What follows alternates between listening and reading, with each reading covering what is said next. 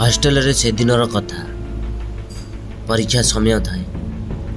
मो सांग प्रियंका, मना, जस्मिन, गुलू आउ मु चेई थाउ पढ़ा। सेतबेलू 12टा बाजिलाଣି।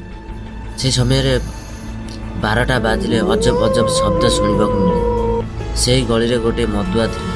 से दिन सारा जहाँ इनकम करे राति पीकी राति सारा माताल होइकी पाटितुंड करे।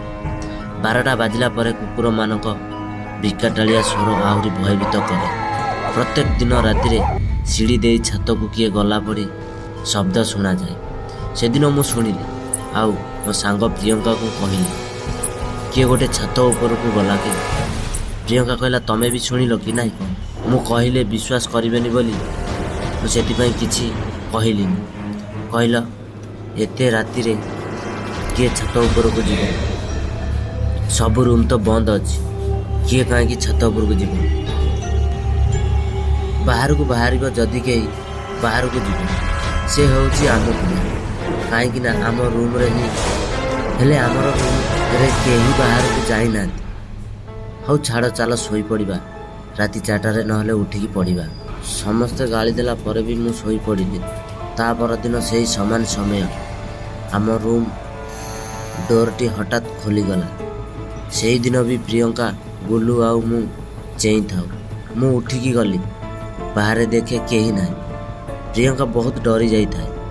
मु भी मने मने डरुथी।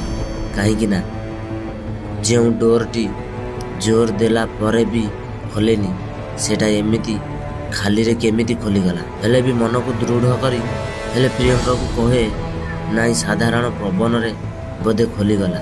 गुलू मजा करने को जाई कहे 2टा मूषा झगड़ा करिकी डोर खोलीगला। गोटे मूषा मु आउ गोटे मूषा मो स्वामी।